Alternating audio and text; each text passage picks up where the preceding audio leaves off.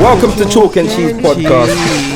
One DJ, podcast, one comedian, two other guys. Chalk and Cheese. Come on. Begging it. You see, when it comes to women, yeah, Go on. like, what makes you? Like, when you was younger, what you liked in a woman in terms of features, has it changed? 100%. Really? 100%. Okay. But the thing is, what I will say is, as a youth, I fancied some questionable women, bro. Like, I went for a stage of bro, I'm not gonna lie, bro. I fancied. There was a stage when I fancied every woman. Like, you know, on TV, you know, like Sunset Beach, I fancied the fucking women. Watched Home and Away, fancied one of the Gallem. EastEnders probably fancied one of the, like, I just at the age, one of my teachers, like, I was like, and I don't know if it was serious fancy or I'm going through this age horny where I'm just stage. Horny, like, just fancying everything. Probably just Pamela woman. Anderson, It's probably just woman. Any movie. Yeah.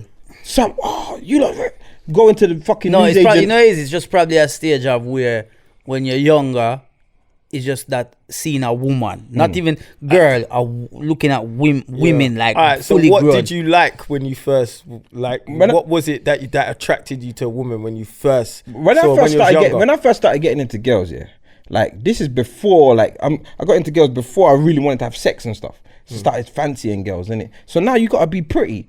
I didn't care about bums and breasts, and so you just What gotta was be pretty pretty to you though? Pretty is, to me back then, I guess, was just the typical things, innit? Like, I liked long hair.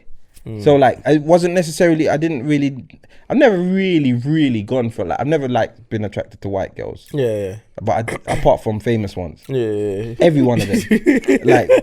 When coming to speak to them and that, I never know how to speak to a white girl. I do that shit, like, when I was a youth, I used to, I probably come across really racist. Like, I see a set of girl, all right, darling. Like, you know, like, man's 15 and that, trying to chat up white girls. You see them, oi. Like, it's equivalent to them seeing us and saying, yo, wagwan. Like, you'd be offended. So I've never really been in. So you liked hair? I liked long hair. This was when you were what, like 9, 10, 11? No. I'm talking about, say about 13, 14, I started to, so pretty girls, like, that I felt that were pretty. Yeah. Like, that was my thing.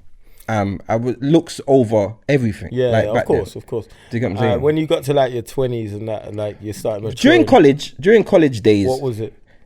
There was a stage where I would go for gal that, there was two sets of things. Like, I was very confident. Like, I'd go out with a man and I would want to chat up girls just for no reason. Like, I'd want numbers. If I went out today and didn't get no numbers, I'd be vexed. Like, the back of in my bus pass, the back of my bus pass, you know, like, used to have, like, where you put all the tickets. So back then we had, like, travel cards or whatever, monthly, weekly passes or whatever. I'd write the numbers on the back. So, like, my bus pass was like a fucking filofax. Numbers. Yeah.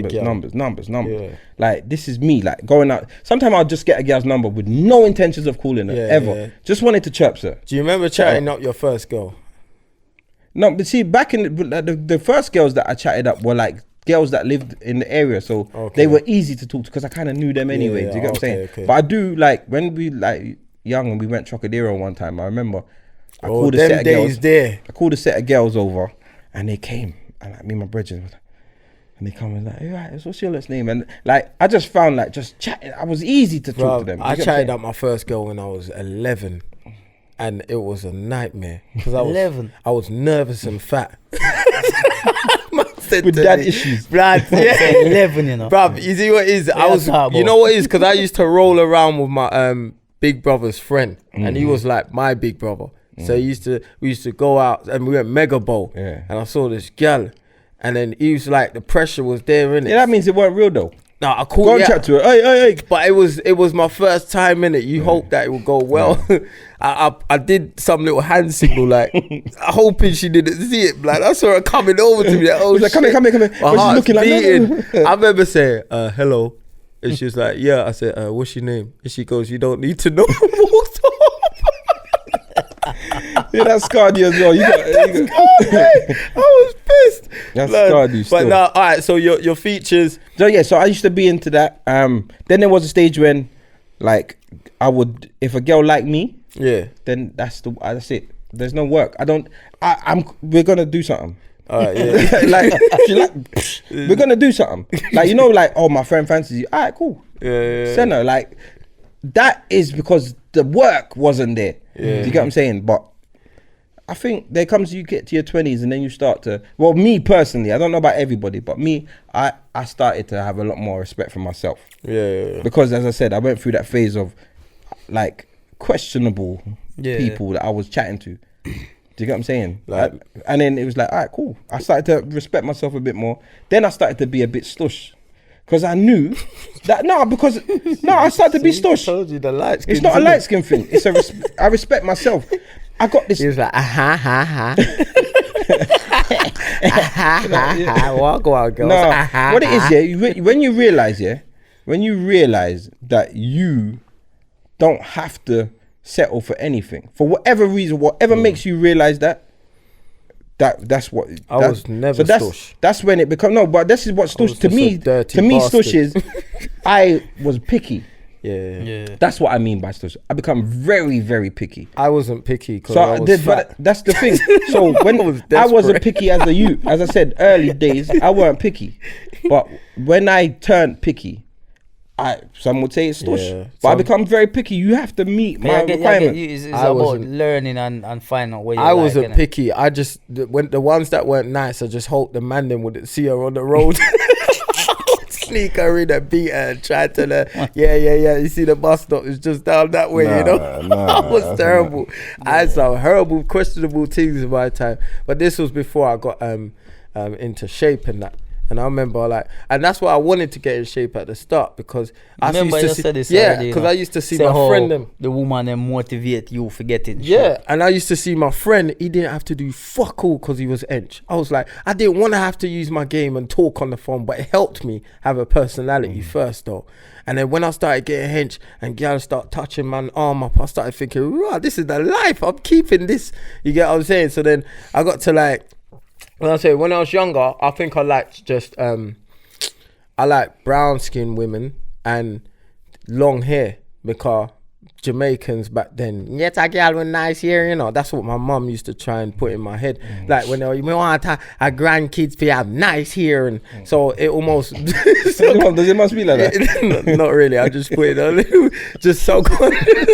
It's better than Shabba style though. It's better than Shabba. But what? And you see me when my me says, she's like, you alright? Like, what? I expected you to be like Miss Polly. So yeah, so I was more into hair. I still am. But then as I got older, I liked eyes and prettiness, just pretty eyes. And then it was when I got my I think it was my third girlfriend when I was in my mid-20s, and she had a batty on her. And then I remember just used to sleep. She had a batty on her. Yeah, I was sleeping next to her and I could just rest my hand on her bumper. Do you get what I'm saying? And then when I remember I started liking doggy style more. And then when I was hitting it from the back and how big it was, I remember it made me bust quick. It made me bust so quick. Yeah. And I was like, focus this. I love. He's reminiscing. I don't want to say I'm a batty man because that's wrong. Why did I love girls with a booty. And I was like, this is me forever now. Yeah. This is me. So I think from in my mid-20s, if you when I see back off, it still gets me. Back off with nice hair. Mm-hmm. But then the thing is, you have to I don't have a type in it, because when you have a type, that means you're just too generic. Anyone, because there's too many people that fit your type. Do you get what I'm saying? So you got to start going for what takes you. There's something special about someone. Do you know what I'm saying? What is it about this? Someone's got to get you, or it's just always going to be basic. But you don't want kids, don't want anything. So I guess you can stay in that little lane and only go for the batty. You can as much batty as you want. But for me, it was. I feel like early stages, it was more looks, straight away looks. You know what I mean? It was all about the prettiness in a song. But what was face. Pretty for you? That's the pretty face. It was all about a pretty face. What is a pretty face? It's specific. Pretty face eyes, is chinky eyes, big green, blue, black, brown. We never have that many different color eyes. The one that girl with the black eye, the other one that look like she just get beat up. That one, you know. In Jamaica, you know what I mean, is a lot of brown eyes. But it's just about a pretty face. So it was more that, yeah, probably like the eyes as well. But then you can have a girl with like small eye, like smallish eyes, and just a face in general just used to attract me. And then I think it went through the stage of then body, more like into the body thing, like of a woman, like a girl will have good body, like a girl where like me used to like think then I was attracted to girls that had like a big woman body, like them look like a woman, look like a girl. Jessica Rabbit. But boy, you know what I mean? Like the more he was attracted to that, innit? He's attracted to the cartoon. But then I think as time went on, like I then was more attracted to petite girls because I'm not the tallest of people. Taller than Chris, but not the tallest of people. So I got into petite girls, and it was more what the type that I liked at that time, or what I was attracted to.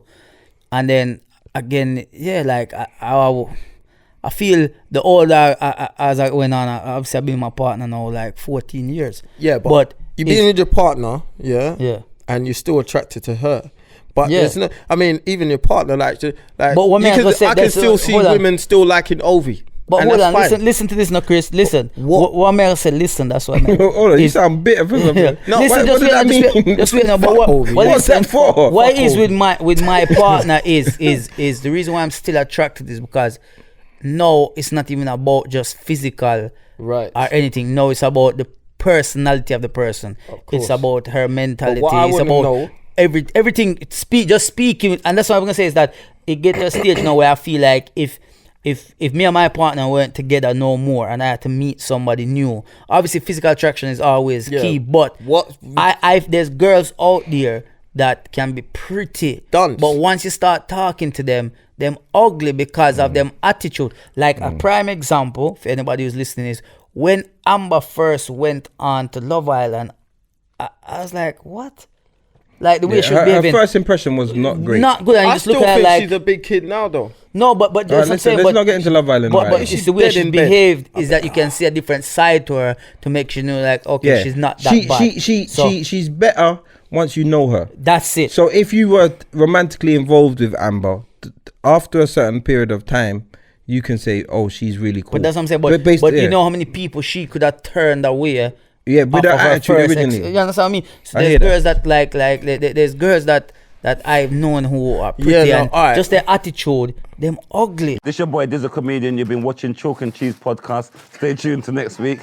It's the best thing ever. Chalk and Cheese podcast. Put a podcast. Chalk and Cheese podcast live. Chalk and Cheese podcast is live. Chalk and Cheese live podcast, First live show. That's right. The first one. 18th of August 2019. It's down at Dingwalls, okay? Myself, Ceesix, White Yardie, Dizzle, Christopher Savage. It's going to be a madness. Live debates, Q&As, fun and games, music, and enough vibe. In the name of Chalk and Cheese. If you want to see man in the flesh chatting a bag of pork. But one of the funniest podcasts is The Boy. Get your tickets. Now. So make sure you get your tickets in it. Now. Get your ticket then. Now.